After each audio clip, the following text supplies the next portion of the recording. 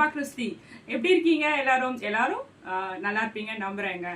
Okay, நம்ம Bible tour பார்க்க போறோம். ஃபர்ஸ்ட் எபிசோடா அந்த ஸ்கிரிப்சர்ல என்னென்ன டீடைல்ஸ் நம்ம உள்ள போக போறோம். கிறிஸ்துவுக்கு அன்பானவர்களை இதை பார்க்கறதுக்காக ஒவ்வொருவரையும் நான் வரவேற்கிறேன், வாழ்த்துக்கிறேன். இயேசு கிறிஸ்து நாமத்தினால் விசேஷமாக ஒவ்வொருவரையும் ஆசிர்வதிக்கிறேன். இயேசு கிறிஸ்துவின் நாமத்தினால் கர்த்தர் ஒருவர் நாமத்திற்கே மகிமை உண்டாவதாக. நம்ம ஸ்கிரிப்சருக்குள்ள போயிடலாம் டைரக்டா.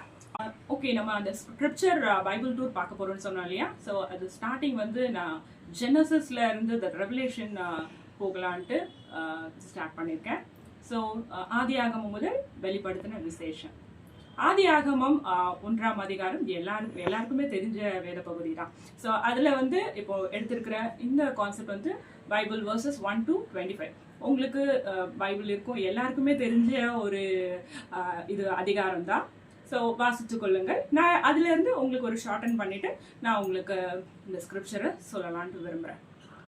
கர்த்தர் நல்லவர், கர்த்தர் வல்லவர் என்ற அந்த வார்த்தையின்படி அடிப்படையாக இந்த சத்தியத்தை நம்ம வந்து அறிந்து கொள்ளணும். அவர் எவ்வளோ நல்லவர், அவர் நமக்காக என்னென்ன செஞ்சிருக்கிறாரு, நல்லது என்பதை நம்ம வந்து படிப்படியாக பார்க்க போகிறோம். நம்ம ஏற்கனவே அந்த வேத பகுதியை நம்ம வாசிச்சோம் இல்லையா? ஆதி ஆகமம் 1:1 மற்றும் 1:2 நம்ம வந்து வாசிச்சோம். ஸோ இன்னொரு வசனம் புதிய ஏற்பாட்டில் யோவான் 1:1 வந்து சொல்லியிருக்கிறது. ஆதியிலே வார்த்தை இருந்தது, அந்த வார்த்தை தேவனிடத்தில் இருந்தது, அந்த வார்த்தை தேவனா இருந்தது.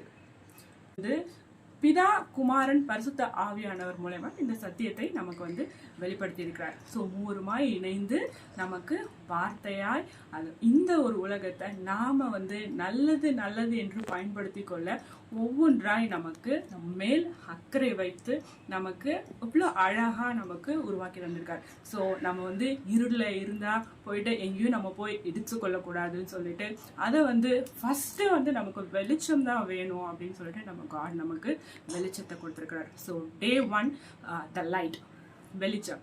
டே 2 த ஸ்கை, ஆகாய விரிவை வந்து நமக்கு உருவாக்கி கொடுத்தார். ஃபர்ஸ்ட் வந்து அந்த பூமி வந்து பெருமையுமா இருளா இருந்தது இல்லையா? ஸோ அது வந்து அது ஒரு ஸ்கையாகவும் இல்லாமல் அது ஒரு ஏர்த்தாகவும் இல்லாமல் அதை வெவ்வேறாக பிரித்து நமக்கு வந்து அது ஆகாய விரிவுன்னு சொல்லிட்டு அதை தனியாக பிரித்து, பூமியை வந்து தனியாக பிரித்து, அந்த ஜலங்களை வந்து ஒரு குவியலாக ஆக்கி அதை சமுத்திரமாக வந்து மாற்றி மிச்சம் இருக்கிற பகுதியை வந்து நம்ம ஆண்டு கொள்ளும்படியான அந்த பூமியை கொடுத்துருக்கிறார்.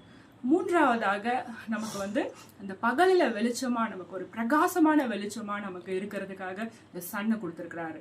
அண்ட் இரவுல வந்து நமக்கு மூன், அது ஒரு நமக்கு ஒரு சிறிய வெளிச்சமா இருக்கணுங்கிறதுக்காக மூணாகவும், அப்புறம் இந்த ஸ்கைஸ்ல ஃபுல்லா ஸ்டார்ஸாக இந்த 3rd டே நமக்கு கொடுத்துருக்காரு. ஸோ ஒவ்வொன்றும் அந்த முடியும் போது நம்ம காட் நல்லது என்று சொல்லியிருக்காரு. அப்புறம் அது முடியும் பொழுது சாயங்காலமும் விடியற்காலமுமாய் ஆனது. ஸோ அந்த பிகினிங்கும் எண்டிங்கும் நமக்கு காட் வந்து நல்லதாக தான் கொடுத்துருக்காரு. எல்லாமே படைப்புல இருந்து அவருடைய அந்த எண்டிங் வரைக்குமே நமக்கு வந்து நல்லது தான். அண்ட் 4th டே வந்து பார்த்தீங்கன்னா நம்ம சாப்பிட்றதுக்கான, நம்மளை போஷிக்கிறதுக்கான, அதாவது நம்மளுடைய ஷைனிங், அதாவது அந்த லைட்டிங் நமக்குள்ள வரணுங்கிறதுக்கான அந்த ட்ரீஸ் அண்ட் பிளான்ட்ஸ், செடிகள், கொடிகள், தாவரங்கள், அதாவது உண்ணும்படியான இந்த காய்கனிகள் என்னென்ன தேவையோ நமக்கு வந்து அந்த சத்தாகவும் அது ஒரு மருந்தாகவும் எப்படியெல்லாம் நம்ம பயன்படுத்திக் கொள்ளலாம்னு சொல்லிட்டு அது நமக்கு அந்த அறிவாற்றலையும் வந்து நமக்குள்ள கொடுத்துருக்கிறார். ஸோ அந்த 4வது நாள்கள் வந்து என்ன நமக்கு படைத்து கொடுத்துருக்கிறாருன்னா ட்ரீஸ் அண்ட் பிளான்ட்ஸ். ஓகேயா? கொடிகள், மரங்கள், காய்கனிகள் எல்லாம் கொடுத்துருக்காரு. 5வது நாள் வந்து நமக்கு இன்னும், அதாவது இந்த இஸ்ரவேலர்கள் வந்து எகிப்துல இருந்து புறப்பட்டு வரும்பொழுது அவங்க எங்களுக்கு வெறும் இந்த புல்லு பூண்டையே எங்களுக்கு தரீங்களே, நாங்க வந்து சாப்பிட்றதுக்கு எங்களுக்கு இறைச்சி இருக்கக்கூடாதான்ட்டு அவங்க என்னமோ அப்பதான் கண்டுபிடிச்ச மாதிரி சொன்னாங்க. அதை நமக்கு தேவன் ஆதியாகமம்ல இந்த பூமியை உண்டாக்கும் பொழுதே நமக்கு சமுத்திரத்துல வந்து இருக்கிற அந்த ஃபிஷஸ், அப்புறம் பறக்கிற பேர்ட்ஸ் எல்லாம் நமக்கு வந்து இறைச்சிகள் என்னென்ன எதை சாப்பிடணுமோ சாப்பிடக்கூடாதுங்கிறத எல்லாமே ஒரு லிஸ்ட் அவுட் பண்ணி நமக்கு காட் நமக்கு அப்பவே கொடுத்துட்டாரு. ஸோ 6வது நாள் தான் நம்ம தேவன் வந்து நம்மளுடைய ஆடம், நம்மளுடைய முற்பிதாவான அந்த ஃபர்ஸ்ட் மேனை வந்து நமக்கு அவருடைய சாயலின்படியும் அவருடைய ரூபத்தின்படியும் நமக்கு உண்டாக்கி கொடுத்துருக்காரு. பிரியமானவர்களே, கர்த்தருக்குள்ள பிரியமான அன்பானவர்களே, நீங்க இந்த வேத பகுதியை நீங்க வாசிக்கும் பொழுது இதை நீங்க கேட்டிருந்தீங்கன்னா உங்களுக்கு இது ஈஸியா புரியறதுக்கான சான்சஸ் இருக்கு. கர்த்தர் நல்லவர் வல்லவர் அந்த வார்த்தையின் சத்திய வார்த்தையின் அடிப்படையில் நம்ம வந்து ஆதியில தேவன் நமக்கு எல்லாத்தையும் ஒழுங்கின்மையா இருக்கிறத ஒழுங்குபடுத்தி கொடுத்ததை நம்ம பார்த்தோம். எனக்கு ஒரு பிடித்தமான ஒரு பாடல் இந்த ஒரு அதிகாரத்தை தொட்டு வருகிற ஒரு பாடல். ஆதியில் வார்த்தையாய் இருந்தவரே, ஒரு வார்த்தையால் அனைத்தையும் படைத்தவரே, வானத்தில் பூமியில் பூமியின் கீழ் உம்மை போல் வேறொரு தேவன் இல்லை. பரிசுத்தர் நீர், பரிசுத்தர் பரிசுத்தர் நீர், பரிசுத்தரே. அந்த வார்த்தையில பாடல் மூலயமாகவும் நமக்கு எவ்வளோ ஒரு எனர்ஜெட்டிக்கான அந்த ஒரு பூஸ்டப்பை காட் நமக்கு கொடுத்துருக்காரு. இதை நம்ம ஒரு நாளும் விசுவாசித்து வாஞ்சிக்கும் பொழுது அந்த பாடல் மூலயமாகவும் வார்த்தைகள் மூலயமாக நம்மளோட அன்றாட வாழ்க்கையில் வெளிப்படும். ஒரு குட்டி ஒரு மொராலிட்டி ஸ்டோரி அவங்களுக்கு சொல்லணும்னு விரும்புகிறேன்.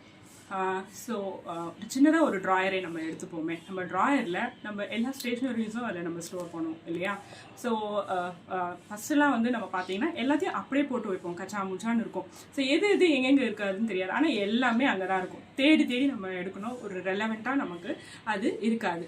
ஆனால் இப்போ வந்து நம்மளுடைய அந்த ஒரு காட் கொடுத்துருக்கிற அந்த விஸ்டம் மூலயமா சின்ன விஷயத்துக்காகவே நம்ம எப்படிலாம் செலவு பண்ணி அதை ஈஸியாக டைமை எப்படி நம்ம வந்து சேவ் பண்ண முடியும்ன்ட்டு நம்ம காமிக்கிறோம். இதே அந்த ட்ராயரில் ஒரு ஆர்கனைசர் செட் பண்ணிவிட்டு இன்னென்ன பொருள் இந்தந்த இடத்துல தான் இருக்கும்படி நம்ம அதை வச்சோன்னா, ஒரு ரூலர் வேணும்னா அதை நம்ம வந்து டக்குன்னு எடுத்துக்கலாம். ஒரு பென், எரேசர், பென்சில் எது வேணாலும் அது டக்குன்னு எடுக்கலாம். ஸோ ஒழுங்கின்மையாக இருக்கிறத நம்ம அதை அரேஞ்ச் பண்ணி வைக்கும் பொழுது அது எவ்வளோ நமக்கு ஒரு டைமிங்கும் நமக்கு வந்து சேவ் ஆகுது, அது ரெலவெண்ட்டாக இருக்குது, பீஸ்ஃபுல்லாகவும் இருக்குது இல்லையா?